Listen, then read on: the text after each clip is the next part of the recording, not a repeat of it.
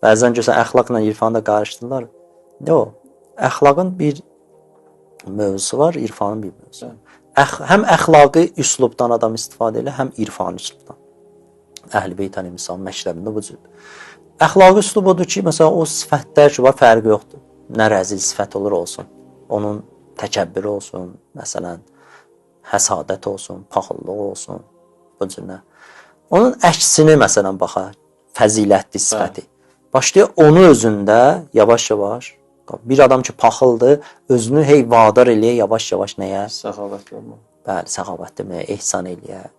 Ki ta bu sifəti özündən yüyə aparar və insan bir varlıqdır ki, tərbiyə olma qabiliyyəti var. Dəyişir. Onun əksini elədikcə bir müddətdən sonra görəcək ki, biri məsələn qəzəbini kontrol eləmir, bir müddətdən sonra özünü helmə vadar elədikcə yavaş-yavaş fikir özündə olur. Bir adam ki niyyətlidir ki, məndə bu şeylər kök atmasın, böyüməsin, yaxud da içəridə varsa çölə, zühura gəlməsin. Mərtəbə bu cür olur da, əxlaq ustadları bir şey. Rəzil sifəti birinci insan içindədir. Qoymayasan əməliyyatı olsun, əmələ keçsin. Necə bir dənə mikrobu dezinfeksiya eləyirlər, ətrafına dərman tökürlər ki, ətrafa yayılmasın, orada məhv olsun. İnsan da o cürlə. Muraqibə ilə, özündən keşişçilik eləməklə içində olan o həsadət, bəzən görsən həsidlikdən, həsadətindən mümkündür. Məsələn, deyim, qonşunun qızına elçi gəliblər, həsadəti var, gəlib ondan soruşurlar ki, necə adamdır, başlayır məsələn pis deməyə.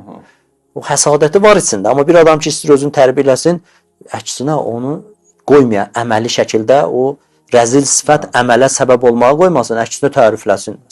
O rəzil sifətlərlə mübarizə aparsın. Bu əxlaqi üslubdur Murtaza müəllim. Bu əxlaqi üslubdur.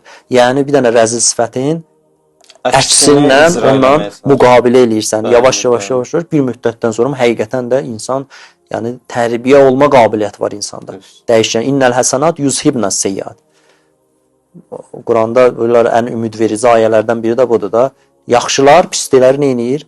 Yuyub aradan aparır. Bütün pisliklərimizi yaxşılarımızla yuyub aradan apara bilərik. Bu əxlaqi üslubdur. Amma irfani üslub bayaq dediyim kimi Peyğəmbərin yolu eşq və məhəbbət yolu. Vəlləzinə amanu əşəddu hubbən lillah. Allaha iman gətirənlər məhəbbətdə daha şiddətlidir.